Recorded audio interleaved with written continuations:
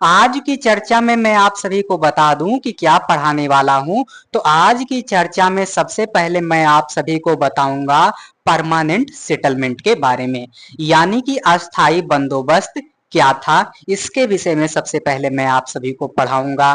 फिर उसके बाद ये महालवाड़ी व्यवस्था क्या है, इसके विषय में मैं आप सभी को बताऊंगा। ये रैयतवाड़ी व्यवस्था क्या होती है, इसके बारे में बताऊंगा। और उसके बाद जो है कैसे कैसे नील विद्रोह की शुरुआत हो रही है, इसके विषय में भी जो है मैं आप सभी को बताने वाला हूं। तो देरी न करते हुए आइए जल्दी से चीजों को देखने समझने का प्रयास करते हैं। तो आप सभी को यह भी पता है कि हम लोग जो है इस समय तीसरे अध्याय की पढ़ाई कर रहे हैं। तीसरे अध्याय का नाम है ग्रामीण क्षेत्र पर क्या करना, शासन चलाना। जो ग्रामीण क्षेत्र थे, गांव वगैरह के इलाके थे, उन पर जो है कंपनी किस प्रकार से रूल कर रही थी, किस प्रकार से शासन कर रहे थे, यही सब मुद्दा जो है इस अध्याय के अंतर्गत हम लोग पढ़ने वाले हैं, हम लोग समझने वाले हैं। आ गई होगी बात समझ में, है ना। तो आइए फिर से वही चीजें यहाँ दी जा रही हैं। और यहाँ एक चीज देखने लायक है कि नील विद्रोह कुछ मजदूरों से जो है, कुछ कृषकों से जो है कंपनी जबरदस्ती जो है नील और अफीम की खेती करवाती थी। ऐसे में जो है कुछ किसान वगैरह जो है कुपित हो जाते हैं, तो वह जो है नील विद्रोह वगैरह कर देते हैं। और आप सभी 1857 की क्रांति को देख ही रहे हैं। जितना मैं जो है पहले अध्याय से शुरू करके बता रहा हूं चीजों को, यह सब जो है 1857 की क्रांति की नींव तैयार कर रही है। जो घटियापन, जो खराबी इस व्यवस्था में दिखेगी, इस व्यवस्था में पाई जाएगी, इस व्यवस्था से जो जो लोग परेशान होंगे, वह जो है 1857 की क्रांति में विद्रोह में भाग लेंगे, है ना। ये सारे जितने भी व्यवस्थाएं हैं, इनसे परेशान लोग जो है 1857 की क्रांति में बढ़ चढ़कर हिस्सा लेंगे, है ना। किसान वगैरह को आप देखोगे, महिलाओं वगैरह को देखोगे, तो झाड़ू चप्पल जो भी मिलता था हाथ में आता था, लेकर जो है किसी अंग्रेज पकड़ में आया तो उसको धय पीटो पीट मचा देती थी। तो कहीं ना कहीं जो है 1857 की क्रांति की नींव जो है इन अध्यायों से शुरू हो रहा है। जब 1857 की क्रांति आप पढ़ोगे तो इसीलिए मैंने पहले बता दिया, ताकि आप सभी को जो है समझने में आसानी हो सके, है ना। समझ में आ गई होगी बात। आगे बढ़ते हैं। आगे आगे यहाँ आपसे कहा जा रहा है कि जब बंगाल की दीवानी कंपनी को मिल जाती है, बंगाल की दीवानी कैसे मिली मैं पीछे बताता आया हूं। तो बंगाल की दीवानी जो है अब कंपनी को मिल जाएगी। अब कंपनी जो है अपना जो ब्रिटेन से सोना पैसा वगैरह लाती थी यहाँ चीजों को खरीदने के लिए, अब बंगाल की दीवानी मिलने के बाद क्या होगा कि सारा कुछ जो है कंपनी अब भारत से ही लूटेगी और खरीदेगी और वहां ले जाएगी, बेचेगी और मुनाफा वगैरह बहुत सारा कमाएगी। तो इसकी जो है ये समस्या दूर हो गई। तो आइए देख लेते हैं। मिलने के बाद जो है अंग्रेजों की नीतियों से बंगाल की अर्थव्यवस्था गहरे संकट में फंसती जा रही थी। इसी बीच जो है 1770 में जो है बंगाल में भीषण अकाल पड़ा। इससे बंगाल में 1 करोड़ लोगों की मौत हो गई, जो कि बंगाल की आबादी का लगभग 1/3 हिस्सा था। यानी कि अकाल पड़ गया और बंगाल की 1/3 हिस्सा जो है समाप्त, खत्म हो गया, है ना। तो आगे बढ़ते हैं। अर्थव्यवस्था में अपना राजस्व तय करने के लिए ही 1793 ईस्वी में कंपनी ने जो है अस्थाई बंदोबस्त लागू किया। तो सबसे पहले आप सभी को यही जानना है, यही नोट करना है कि जो है अस्थाई बंदोबस्त कब लागू हो रहा है। तो देखो, अस्थाई बंदोबस्त क्यों आ रहा है ये भी आपको समझ में आना चाहिए, ये भी आपको जानना चाहिए।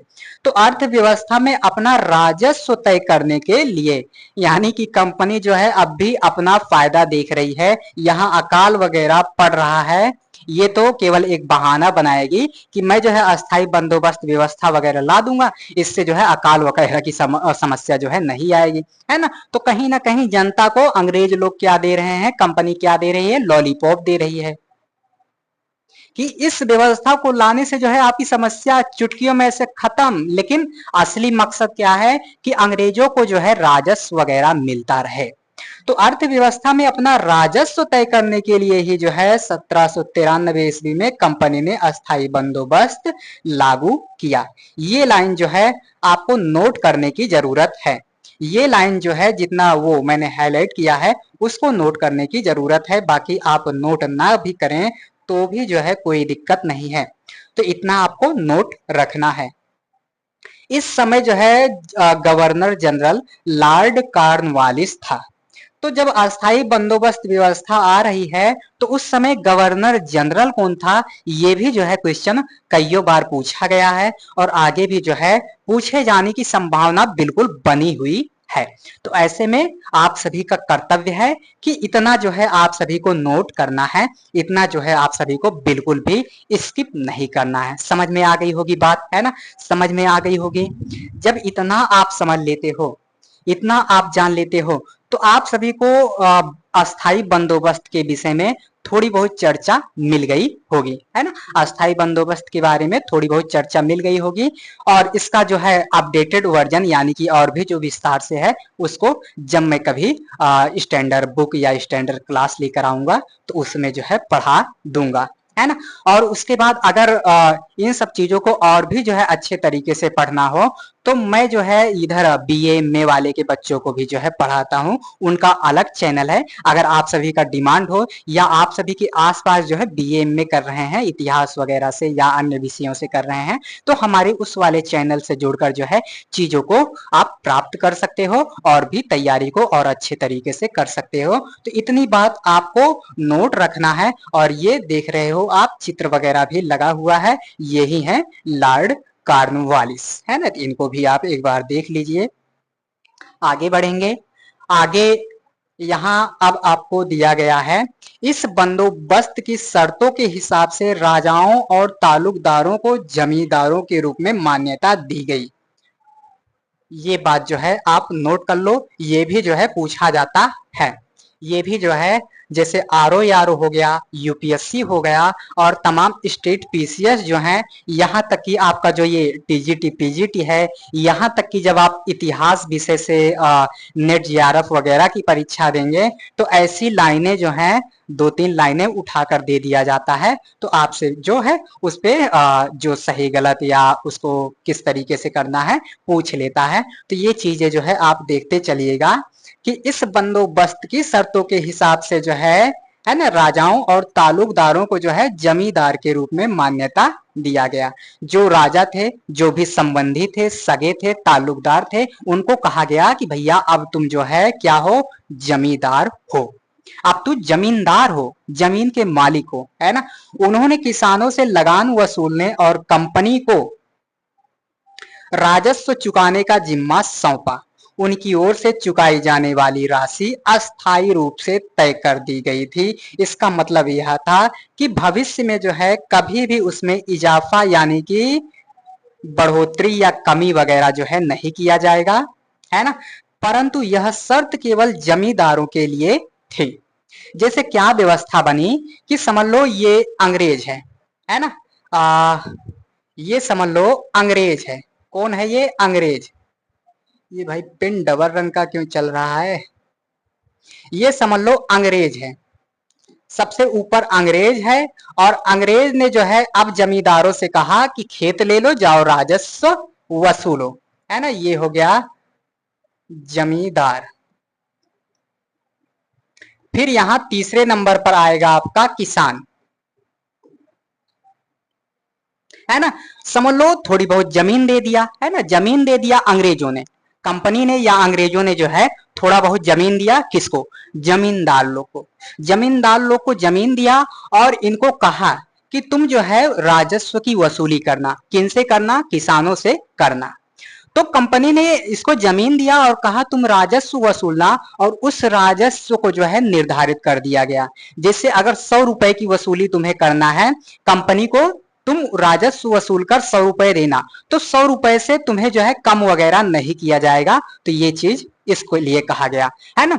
लेकिन किसान कितना लगान देगा, कितना राजस्व देगा, ये तय नहीं किया गया। तो ऐसे में क्या होगा कि ये तो जो है अस्थाई इसको दे दे रहा है ना, जमींदार है, अस्थाई जितना पैसा अंग्रेज ने कहा था उतना ये जो है अंग्रेज को दे देता है। लेकिन जमींदार क्या करता था, किसानों से जो है बहुत ज्यादा भारी भरकम जो है लगान कर वगैरह वसूलता था। तो ऐसे में किसान क्या होंगे, नाराज होंगे, गुस्सा होंगे। समझ में आई बात, समझ में आई, समझ में आ गई होगी, है ना। कि समझ लो एक अंग्रेज है, अंग्रेज के पास जमीन है और अंग्रेज ने जमीन दिया जमींदार को और जमींदार से कहा कि भैया तुम जो है इसके बदले में, इस जमीन के बदले में जो है इतना पैसा मुझे राजस्व के रूप में, कर के रूप में दे देना। और अंग्रेज ने जो है उस कर को जमींदार के लिए जो है अस्थाई कर दिया, है ना, कि इतना अगर 100 रुपए अस्थाई किया है तो 100 रुपए तुम अंग्रेज को हमेशा देते रहोगे जब जब टाइम आएगा। लेकिन ये केवल जमींदार के लिए ही निर्धारित था, अस्थाई था।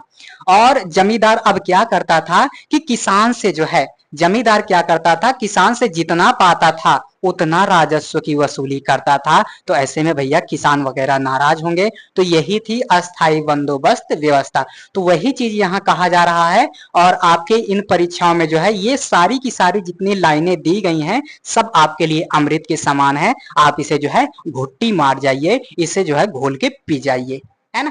परंतु यह शर्त केवल जमींदारों के लिए थी कि अस्थाई पैसा देंगे, अस्थाई कर देंगे, ना कि किसानों के लिए। यानी कि जमींदार चाहे तो किसान से जितना मन कहे उतना लूटे, किसानों को जितना मन कहे उतना प्रताड़ित करे और राजस्व वगैरह की वसूली करे। अर्थात जमींदार किसानों से लगान की मांग अधिक कर सकते थे। जमींदार चाहे तो जो ये लगान वाला कर है ये ज्यादा भी ले सकते थे, इस पर कोई भी रोक टोक नहीं था। तो यही था अस्थाई बंदोबस्त व्यवस्था। अगर अस्थाई बंदोबस्त व्यवस्था आप सभी को समझ में नहीं आता है तो फिर से कमेंट कीजिएगा, है ना। कमेंट बॉक्स आपके लिए हमेशा खुला रहता है, एकदम हमेशा हमेशा के लिए खुला रहता है। तो आपका जब मन हो, है ना, जैसे अगर ये व्यवस्था समझ में नहीं आई या कुछ भी जो है मैं पढ़ा रहा हूं नहीं समझ में आता, या क्या चीज कमी है, क्या चीज सुधार करने की अपेक्षा है, आवश्यकता है, तो आप सभी जो है निश्चिंत रूप से कमेंट कर सकते हो, कोई दिक्कत नहीं है, आपको जो है आपका जवाब मिलेगा। तो यहाँ आप देख सकते हो यही है जो है अस्थाई बंदोबस्त व्यवस्था, यानी कि परमानेंट सेटलमेंट। और यहाँ जब लगान वगैरह वसूला जाएगा, देखो कैसे मारपीट के जो है लगान वगैरह वसूला जा रहा है। ऐसे में अब किसान वगैरह जो है काफी नाराज हो जाएंगे और कहीं ना कहीं ये जो अस्थाई कर दिया गया था, राजस्व को अस्थाई कर दिया गया था जमींदारों के लिए, तो ऐसे में जो जमींदार जो है अस्थाई राजस्व को नहीं चुका पाते थे फिर उनसे वो जमीन वगैरह छीन लिया जाता था, दूसरे को दे दिया जाता था। तो ऐसे में यहाँ क्या होगा, किसान तो नाराज होगा ही, जमींदार भी नाराज हो जाएगा, है ना। किसान भी नाराज, जमींदार भी नाराज। अब कहेगा कि आओ चलो मिलते हैं। जैसे हम लोग पढ़ाई करते थे तो जैसे कोई टीचर ज्यादा मारते थे तो उनको कई बच्चे कहते थे कि चलो बाहर मिलते हैं रोड पर, किधर से जाओगे, जाओगे तो उधर से, वहीं मिलके बताते हैं।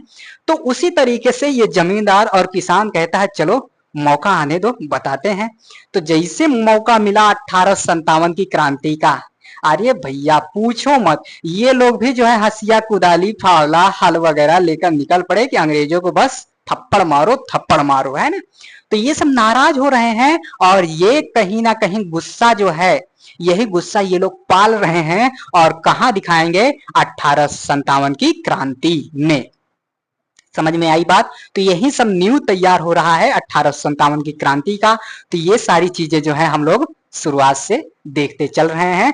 1857 की क्रांति समझने में जो है कोई भी दिक्कत नहीं आएगी, इसकी गारंटी मैं ले रहा हूं, क्योंकि मैं चीजों को जो है बताते चल रहा हूं ताकि 1857 की क्रांति मजे से जो है यूं ही समझ में आ जाए। अब ये महालवारी व्यवस्था क्या है, इसके अंतर्गत क्या क्या प्रावधान हुआ है, किस क्षेत्र में यह लागू हो रहा है, इसे कौन लेकर आ रहा है और यह कब आ रहा है, इन सब मुद्दों पर जो है प्रायः क्वेश्चन छोटी से लेकर बड़ी परीक्षाओं में पूछ लिया गया है और आगे भी पूछा जाएगा, इसकी मैं गारंटी लूंगा।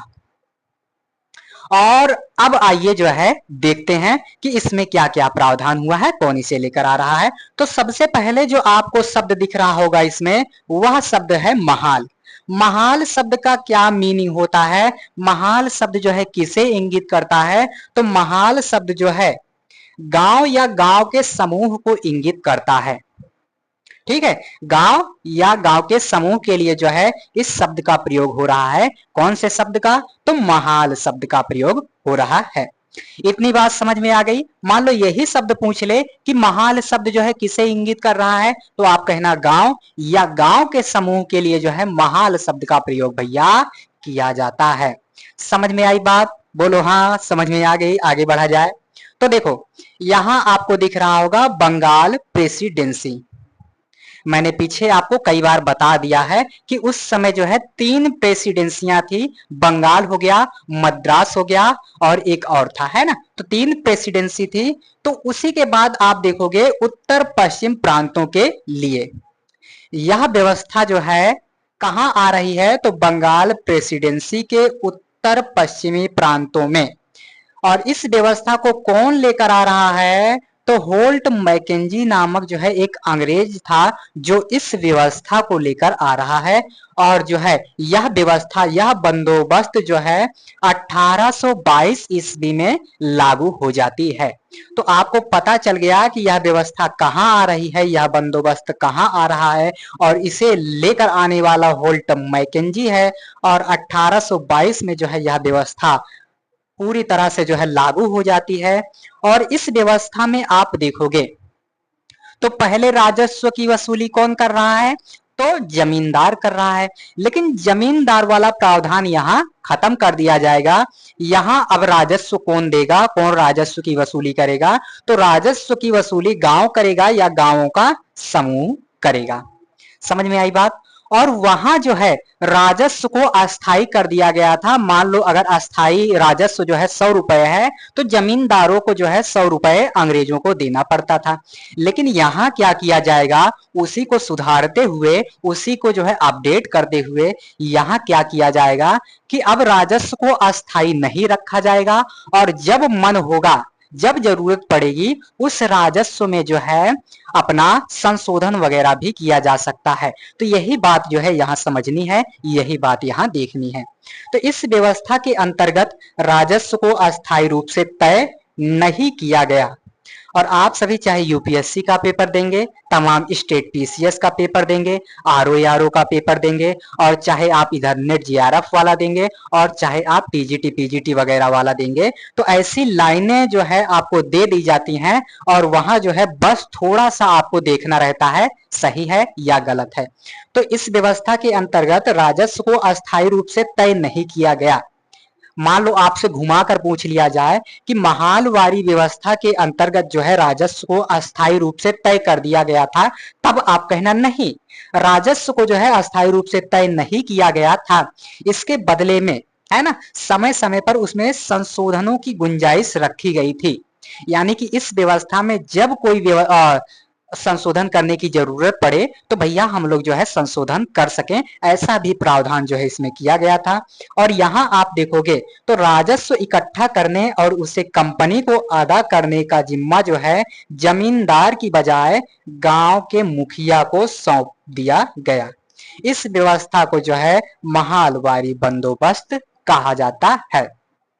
तो जैसे ही आपने अस्थाई बंदोबस्त समझ लिया, वैसे ही आपको महालवारी व्यवस्था जो है समझ में अपने आप आ गई होगी, क्योंकि उसका जो है अपडेटेड वर्जन यहाँ देखने को मिल रहा है। वहां जमींदार था, यहाँ महाल है। वहां अस्थाई था, यहाँ अस्थाई नहीं है। यही बात है, और कुछ ज्यादा इसमें बहुत बड़ी तोप नहीं है। जो आपको समझ में ना आए एक बार देखिए, स्क्रीनशॉट लीजिए, फिर आगे बढ़ चलते हैं। आगे बढ़ते हैं। आगे अब यहाँ जो है रैयतवारी व्यवस्था को देखने वाले हैं। अब ये रैयतवारी व्यवस्था क्या होती है, इसे लाने वाला कौन है, तो आइए देखते हैं, है ना। तो यहाँ आप देख सकते हो रैयतवारी व्यवस्था। तो रैयतवारी व्यवस्था मुख्य रूप से ब्रिटिश नियंत्रण वाले दक्षिणी भारतीय क्षेत्रों में टॉमस मुनरो द्वारा लागू किया गया। तो सबसे पहले जो है कहाँ लागू हो रहा है ना, रैयतवारी व्यवस्था मुख्य रूप से ब्रिटिश नियंत्रण वाले दक्षिणी भारतीय क्षेत्रों में टॉमस मुनरो द्वारा लागू किया गया। तो इसके जितने भी शब्द हैं सारे के सारे जो है आपके लिए महत्वपूर्ण है। तो इसीलिए भैया इसे जो है मुनरो व्यवस्था भी कहते हैं। बहुत बार जो है छोटी वगैरह परीक्षाओं में पूछ लिया गया है कि इनमें से निम्नलिखित में से मुनरो व्यवस्था कौन सी है। तो आप सभी को लगाना है रैयतवाड़ी, है ना। रैयतवाड़ी व्यवस्था को मुनरो व्यवस्था भी कहते हैं। तो आपको जो है ये नोट करना है, और हो सकता है जो है ये स्टेट पीसीएस आरओ वगैरह में जो है पूछ लिया जाए। तो इसलिए भैया रैयतवाड़ी व्यवस्था भी जो है आपके लिए महत्वपूर्ण है, और मैं जो जरूरी है केवल उन्हीं को एनसीईआरटी से छांट कर निकाल कर आपके लिए स्पेशल लेकर आया हूं, ताकि जो है आपको कोई भी दिक्कत, कोई भी कठिनाई जो है नहीं होनी चाहिए। तो आपको पता चल गया कि जितने भी जो है ब्रिटिश के अधीन क्षेत्र थे दक्षिणी भारत वाले, उन क्षेत्रों पर जो है कौन सी व्यवस्था लागू हो रही है, तो मुनरो व्यवस्था लागू हो रही है, यानी कि रैयतवाड़ी व्यवस्था जो है लागू हो रही है। इतनी समझ में आ गई होगी बात, है ना। बोलो हाँ। अगर नहीं समझ में आई भैया तो मैं अभी तुरंत जो है अंग्रेजों को कहूंगा आपसे राजस्व की वसूली करें। आप भैया मैं तो इनको भेज दूंगा, जाओ इनसे राजस्व की वसूली कर लो जिनको समझ में नहीं आया। अगर हाँ सच सच जो है सच्ची में समझ में नहीं आया तो आप कमेंट कर सकते हो, फिर से समझा दिया जाएगा। स्पेशल जो है आपके लिए एक सेशन रख दिया जाएगा कि आओ बाबू क्या नहीं समझ में आया बताओ, बोलो, है ना। आपसे पूछ पूछ के बढ़िया से जो है आपको समझा दिया जाएगा। तो इतनी मेरी बात समझ में आई? बोलो हाँ, बोलो हाँ, हाँ बोल दो। ये हो गया। तो देखो यहाँ कहा जा रहा है कि ये जो रीड हैं और मुनरो को लगता था कि दक्षिण में जो है परंपरागत जमींदार नहीं थे, इसीलिए जो है उनका तर्क यह था कि उन्हें जो है सीधे किसानों, यहाँ जो रैयत शब्द है वह किसानों के लिए आया है ना। तो रैयत शब्द जो है किसे इंगित करता है, तो किसानों को। समझ में आई बात, किसानों को। तो यही बात यहाँ कहा जा रहा है, किसानों यानी कि रैयतों से ही बंदोबस्त करना चाहिए जो पीढ़ियों से जमीन पर खेती करते आ रहे हैं। तो कहीं ना कहीं जो है अंग्रेजों का यह भी जो है नीति यहाँ काम कर रहा था कि जैसे मान लो अंग्रेज है, अंग्रेज जो है जमींदार को नियुक्त करेगा और जमींदार जो है किसान से राजस्व लेगा। तो ऐसे में हो सकता है कभी कभी जो है अंग्रेज स्थायी कर ही दिए हैं कर को, तो इससे जो है अंग्रेजों को कम मिलेगा। मान लो ये आपकी महालवाड़ी हो गई, उसमें समझ लो जितना कर निर्धारित किया गया है, जितना बताया गया है, मान लो उससे ज्यादा जो है महाल वगैरह ले रहे हैं, उनको प्राप्त हो रहा है, ऐसे में अंग्रेजों को कम मिलेगा। तो कहीं ना कहीं ये कह रहे हैं कि डायरेक्ट किसानों से ही ना ले लिया जाए, और किसान डायरेक्ट जो है राजस्व देंगे तो मजा आएगा। किसान जब डायरेक्ट राजस्व देंगे, डायरेक्ट कर देंगे, तो हो सकता है ज्यादा मिले, बीच में किसी बिचौलिए का काम ना रह जाए, और ज्यादा मिलेगा तो मजा आएगा, और मजा आएगा, और पार्टी करेंगे और लूटेंगे, है ना। दो चार ठो सेना और रखेंगे, फिर उसके बाद जितनी भारतीय उनको थप्पड़ मारेंगे। तो कहीं ना कहीं अंग्रेजों की ये भी जो है कूटनीति यहाँ काम कर रही थी। ये तो बस जो कहा जा रहा है तो लॉलीपॉप है कि किसानों को जो है लॉलीपॉप दो। अब जब लॉलीपॉप दोगे तो आपको जो है आपके पास जाएंगे अंकल अंकल करते हुए, जब अंकल अंकल करते हुए जाएं तो मारो दो थपड़ा, मारो दो झापड़ और छीन लो जगह जमीन। तो कहीं ना कहीं जो है इनकी कूटनीति भैया चल रही थी, इनकी कूटनीति दिख रही है। तो ये भी आपको बात समझ में आ गई होगी। इतना समझने में कोई भी दिक्कत आपको नहीं होनी चाहिए। आगे बढ़ेंगे। आगे यहाँ आप देखोगे भारत में जो अंग्रेज लोग हैं, अंग्रेज लोग जो हैं यूरोप में जिन जिन चीजों की डिमांड थी, यूरोप में जिन जिन चीजों की डिमांड थी, अंग्रेज लोग कहते थे भैया भारत के किसानों इस चीज को उगा डालो। वहां जिस चीज की जरूरत पड़ती थी वो आते थे भारत और कहते थे यहाँ के किसानों को भैया ये चीज उगाओ, और जो किसान वो चीज नहीं उगाता था फिर निकाले कोड़ा, और उसके बाद ले कोड़ा, ले कोड़ा, तुम मेरा हुक्म नहीं मानेगा, है ना। ऐसे तो बोलते थे गधे लोग, बागड़ बिल्ले, तुम हमारा हुक्म नहीं मानता है, ये लोग कोड़ा खाओ, है ना। तो इस तरीके से जो है अपने जरूरतों के हिसाब से जो है अंग्रेज लोग खेती करा रहे हैं। और इन जरूरतों में से आप देखोगे अंग्रेज लोग जिन दो मुख्य चीजों पर फोकस कर रहे थे, पहला था नील और दूसरा था अफीम। नील था, अफीम था। और यहां जब जबरदस्ती किसानों से खेती कराएंगे तो किसान फिर से नाराज होंगे और मौके की तलाश करेंगे। और मौका कब मिलेगा? 1857 की क्रांति में। और जब किसानों को मौका मिलेगा फिर लेके अपना पूरा हथियार वगैरह किसान भी पहुंचेंगे और जो भी अंग्रेज मिलेगा बस थप्पड़ मारो, बहुत लूटा हमको, बस इसको मार के भगाओ किसी तरह, बस अंग्रेज बिल्कुल चाहिए ही नहीं, है ना, बिल्कुल कुछ नहीं चाहिए, चाहिए ही नहीं अंग्रेज, अंग्रेज का शासन बिल्कुल नहीं चाहिए। इतना मूड बना लिए थे सब लोग 1857 की क्रांति में, और सब लोग इकट्ठा हो गए थे 1857 की क्रांति में। वही एक ऐसी क्रांति थी जहां लोगों ने ना तो जाति की परवाह किया, ना तो धर्म की परवाह किया, बस सब ने यही सोचा कि सबका दुश्मन एक है और सब लोग जो है एकजुट हो जाओ और इसे मारकर किसी तरह भगाओ, बस ये भागना चाहिए, बस एकदम सब ऊब गए थे, परेशान हो गए थे इनसे। तो यहाँ जो है अपने मन मर्जी का अंग्रेज लोग क्या करा रहे हैं? खेती करा रहे हैं। ऐसे में किसान वगैरह और नाराज होंगे। अगर जो आदमी इस खेती को नहीं करता था फिर भैया अंग्रेज लोग जाते थे, मारते पीटते थे। आप देख सकते हो ये जा रहा है, मार रहा है, धाए धाए उड़ जा रहे हैं, है ना। तो यहाँ कुछ क्षेत्र दिए गए हैं जिस क्षेत्र में जो है जरूरत के हिसाब से अंग्रेज लोग चीजों को उगा वगैरह रहे हैं। समझ में आई बात? आगे बढ़ेंगे। आगे आगे मैंने बताया आप सभी को कि दो चीज पर ज्यादा वो लोग फोकस कर रहे थे, एक तो नील और दूसरी क्या थी? अफीम, है ना। तो देखो कंपनी ने अफीम और नील की खेती पर पूरा जोर लगा दिया था। यहाँ आप देखोगे उस समय भारत दुनिया में जो है नील का सबसे बड़ा स्रोत था। नील का पौधा मुख्य रूप से जो है उष्ण कटिबंधीय इलाकों में ही उगता है। तो ये बात जो है आप नोट रखे रहना नील के विषय में, है ना। मान लो आपसे पूछ लिया जाए कि नील कहाँ उगता है तो ये आपको नोट रहना चाहिए, है ना। और जो लोग जो है नील अफीम वगैरह को नहीं उगाते थे भैया, फिर ये अंग्रेज लोग जो है बहुत निर्दयी थे, बड़े कूटनीतिज्ञ थे भैया, मारने पीटने से जो है ये नहीं कतराते थे। और मार मार के पीट पीट के आप यहाँ देख रहे होंगे बहुत से मजदूरों को जो है इन्होंने नील की खेती करने पर विवश कर दिया था, मजबूर कर दिया था। तो इसका दृश्य जो है आप इस प्रकार से देख सकते हो। आगे बढ़ेंगे। आगे यहाँ आपसे कहा जा रहा है उस समय भारतीय नील की बहुत थोड़ी मात्रा ही यूरोपीय बाजारों में क्या हो रही थी? पहुंच पा रही थी। उसकी कीमत भी जो है बहुत ऊंची रहती थी, इसलिए जो है यूरोपीय कपड़ा उत्पादकों को जो है बैगनी और नीले रंग बनाने के लिए वोड, है ना, वोड। तो ये ओड जो है, बोर्ड जो है, ये एक पौधा होता है जो नील के तरह ही जो है रंग देता है, लेकिन इसका रंग जो है, इसका कलर जो है नील की अपेक्षा जो है काफी फीका होता था। अब जब फीका होता था तो नील की ज्यादा डिमांड होती थी और नील उस समय जो है यूरोपीय बाजारों में कम पहुंचता था, तो उसकी डिमांड वगैरह, कीमत वगैरह काफी बढ़ गई थी। तो यही सारी बात यहाँ बताई जा रही है। लेकिन ये जो ओड है, इस बोर्ड को जो है ना, ओड बोर्ड, इस बोर्ड के पौधे को जो है आप नोट रखे रहना, यह नील की ही तरह जो है दिखता है, नील की तरह ही इसका रंग होता है। तो आपसे मान लो पूछ ले कि ओड नामक पौधा क्या था या ओड क्या है, कुछ भी करके पूछ सकता है। एग्जामिनर के ऊपर, एग्जामिनर का मूड डिपेंड करता है कि किस तरह से जो है वो क्वेश्चन बनाएगा। पौधे पर निर्भर रहना पड़ता था। ओड जो है पौधा शीतोष्ण।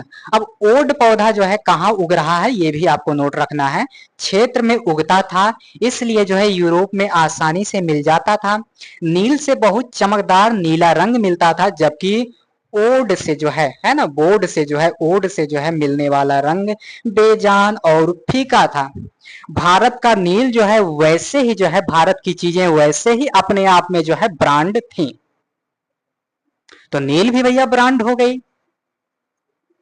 जब नील ब्रांड हो गई तो ऐसे में जो है नील थोड़ा थोड़ा मिल रहा है, थोड़ा थोड़ा मिल रहा है। तो ये लोग सोच रहे हैं कि थोड़ा कुछ और जो है इधर उधर से लेफ्ट राइट कर लिया जाए। तो ऐसे में ओड नामक जो है पौधा को ये लोग ढूंढते हैं और इससे भी जो है नीला रंग, बैगनी रंग बनाने का प्रयास करते हैं, लेकिन इसका रंग जो है फीका बेजान था। तो ये जो है चल नहीं पाया, ये टिक नहीं पाया। तो आगे बढ़ते हैं।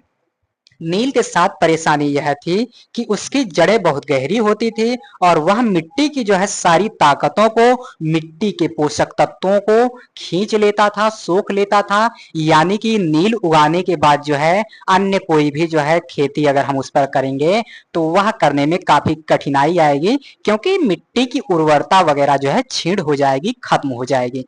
तो ये आप देख सकते हो। और यहाँ जो है नील के जो है दो चित्रकारियां आपको दी गई हैं। इसमें आप देख सकते हो, है ना, एक चटकार रंग का है, एक फीका आपको नजर आ रहा है।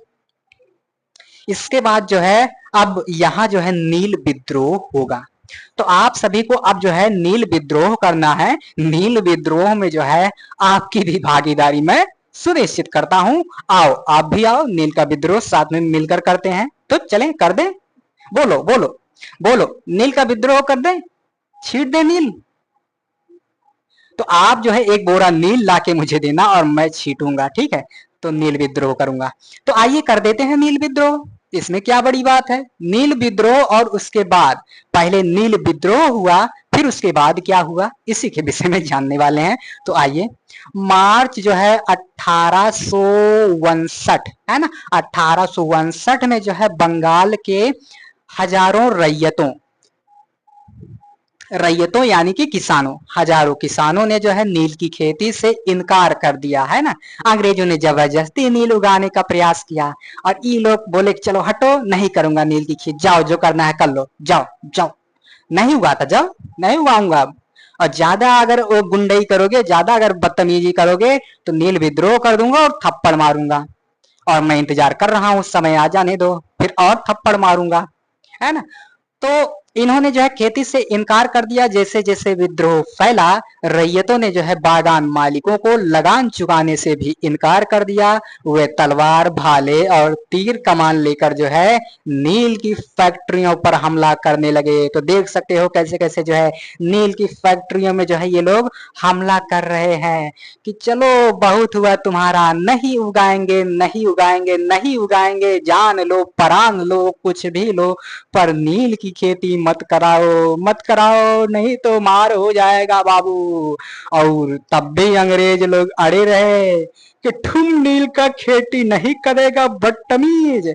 और जैसे फिर ज्यादा जबरी किए, फिर उसके बाद इन लोगों ने कहा रुको बताते हैं, निकल पड़े तीर धनुष लेकर, चल कराओ नील की खेती। ये हो गया।